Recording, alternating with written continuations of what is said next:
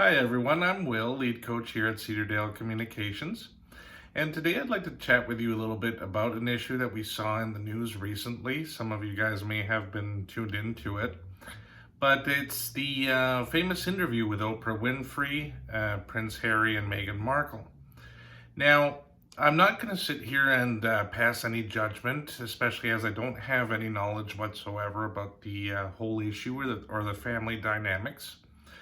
But it raises a very interesting question to some of us who've experienced issues within the family relationship as it includes a new person coming in. Now, there's one of the nicest things that we experience in life is dating and falling for someone who just knocks your socks off. There's that one person that we meet every once in a while. It's an amazing chemistry. You're walking home from work and you're whistling a song that makes you maybe think about them. Everything kind of, takes this nice kind of rose-colored glasses approach to life. It's a beautiful thing. Now, what we often don't think when we're with this person is how that's going to affect in the long run your relationship with your family or how you will interact with their family. Now, a lot of families themselves have their sets of beliefs which are often passed down to the next generations coming down the line. And it can influence the way they behave towards you, or it could also influence the way in which they broke off from these traditional values and seeing them as like no longer necessary or no longer fitting their life plan. But the family themselves may remain entrenched in certain values, whether they be considered very conservative, off the wall, liberal, whatever they may be. Now, that doesn't matter so much as how introducing a new person will interact with the whole situation. A lot of times you kind of disregard it because you kind of look at it as my family is going to love the person who makes me happy. My family is going to embrace this person, and this person's just going to fit in like they were always there. Now, in some situations that does happen. In other situations, you really have to look at the root of the problem when things start going south. You look at situations where you get together as a group, as a family, you bring your partner in, your special someone, and all of a sudden you start to see things kind of fall apart. You may notice there may be a bit of friction between maybe the father and the boyfriend you're bringing home. Maybe you might see that the mother isn't so warming up much to your girlfriend or whoever you bring along. Now, when you look at the problem itself, you can usually tell, okay, well, this is maybe more of a communications issue. We have to sort it out, talk about it. And other times you may realize, well, no, there really isn't anything there, so maybe it's just worth a chat. Any strong couple should be able to chat with each other and check in with themselves, almost like on a weekly basis. You tune into each other to see, well, what's worked this week and what hasn't worked this week. There's that's the life and blood of any relationship, is positive communication and open communication. Now, when you're checking in with your family too, you can have that chat. And you can also sense through the layers. We all have that little, like a tripwire within ourselves that when something goes wrong, we start to feel it like something is out of sync. Almost the opposite of when you fall in love with someone. When something's going the wrong way, you kind of sense like, Jesus, like everything's kind of falling apart right now.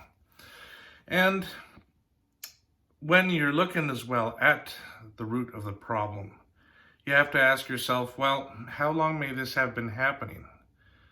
Who is behind the situation too? Is it, a lot of times you might find that you have a partner that is very connected to their own family, often taking the lead and asking for advice to their family without really including you or your family or The most important thing is for you to be part of the picture.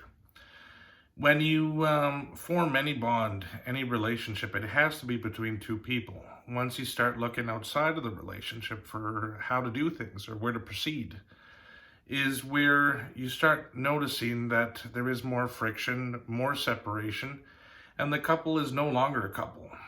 That's that is another part of the lifeline of a positive relationship. Now, if you're able to meet or to get out of the equation the one who runs the show, whether it's your partner, anyone else, you take them out of the picture, you neutralize it, and you say, well, can I deal with this person? Can I get the issue fixed? Or is it something that's always going to linger? Now, in any relationship, a positive one, a healthy one, you should be able to chat and compromise. You should be able to say, okay, well, I understand this is an issue. How can we work towards it? Or maybe next time we go, we'll go for less time. Or maybe we'll start going less often because it seems to be stressful. There's always something that you can do. And there's always a point where you can kind of maybe identify, well, yeah, maybe it is my family that's a bit toxic and a bit nasty. Or maybe it is my better half that just doesn't click, doesn't want to be in there. Now, your life as a couple shouldn't be affected too much by this. There is always a way to limit the exposure. I wrote an article too, which you can find in my blog. I'll link it to this video, which also gives you a few pointers on how to deal with situations from a more dispassionate approach, an area where your ego and your feelings won't be involved, and it's more of a win-win for everyone. You have to realize in life there are a lot of people who have a lot of ego and can't distance themselves from it. They got to keep it tight. They also got to be the center of everything. And in families, we often have people like that. We often have people who are never wrong. We have people who will not back down and will never say, I'm sorry. And it's unfortunate, but sometimes these kinds of relationships are ones you got to break with. You got to cut. You can't sacrifice your own well-being and the well-being of your relationship on someone who's just not going to play ball, someone who's not going to be there, and someone who's going to hold a bar of standards way too high that you're never going to meet. Aside from that, there are certain cases where you really can't move forward. When you can't move forward, sometimes you really got to evaluate it and look, well, this is my family. Can I live without my family? This is my partner. Can I find someone better? You probably haven't asked yourself a lot of questions, or maybe you've just ignored a lot of the red flags. When you're really falling for someone, it's so exciting that you tend to be very forgiving. You might find some things that anyone else in the world you jump at and go like, yeah, no, this is unacceptable, no. But you forgive them. You go like, well, the other side of them, they're pretty fantastic. But red flags usually should be a no-go for you. It's something that goes against your values, even against maybe your relationship with your family. And with your family too, it may be something that they believe in that you got to break with for your own well-being, for your own peace of mind and your values. So I guess the best thing I could say is always try to approach these situations from an open perspective. Keep in mind that a lot of times we also put in our own judgment, our own ego into things, and we need to separate ourselves from the issue. A lot of times I tell my clients and my friends, there's a lot of noise in life, there's a lot of stuff going on, and we just, I guess at the end of the day, we kind of just settle back and we say, oh my God, that's done. And I survived. Now I deserve the biggest glass of alcohol in the world. And tomorrow's another day. What you can do as well is take a step back and breathe and say, where did I go wrong? What can I do better? Or say, hell, that was an awesome day. How do I do that again? Look out for red flags in your life. Look out for situations that give you that sense in the pit of your stomach that something's not right, and listen to it. Because it's also your system, your body, your beliefs telling you, wake up. There's something there. Look at me. Think about me. So we have those situations. Our body is very aware of things that we like and things that we can't tolerate. We are very resilient as people, but why be resilient when you can be happy? Why be settling for things when you can have a very exciting life, well balanced and healthy with your relationships, with your family, and with your loved ones? Life can be very beautiful if you decide to cut off the things that hurt, limit the things that spill over that are toxic.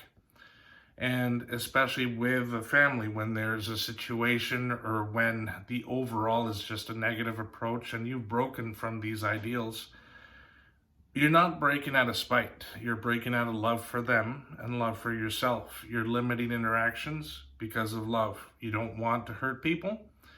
You don't want to hurt yourself, and you don't want to put up with things that don't belong in your life and don't serve you. It's like they say, never let anyone live rent-free. In your mind, in your heart, those people who are in your life that you think about, they've earned the place to be there. Your family's earned their place to be there. They've done a lot for you, but also, when things are toxic, you got to break it. You got to find a way to limit it. Now, these are all situations that we've all faced in life, or we might face someday down the road.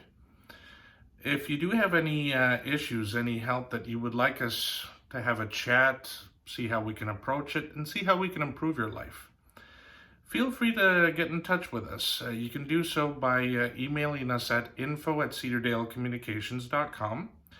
And you can also visit our website to see if any of our services have any interest to you. And we basically approach life in a holistic manner. We realize that you can't really neglect your career side, your business side, your alpha side, where you're providing for yourself. And you can't neglect the romantic side that adds so much more flavor, so much value to your life. Altogether, everything plays together to give you a really, really well-rounded life, a healthy life, and a life worth living. And within that, you find your purpose, and you move ahead in life, and not thinking about the past and living with regret. So if there's anything else, feel free to visit our website and get in touch with me. I'd love to have a quick chat with you guys. I do so through a video conferencing, and it's usually just a bit of a casual conversation where we get to see where you want to go in life, where you are, and what we can do to help. So thanks for tuning in again, guys. Welcome to the conversation, and have a great day.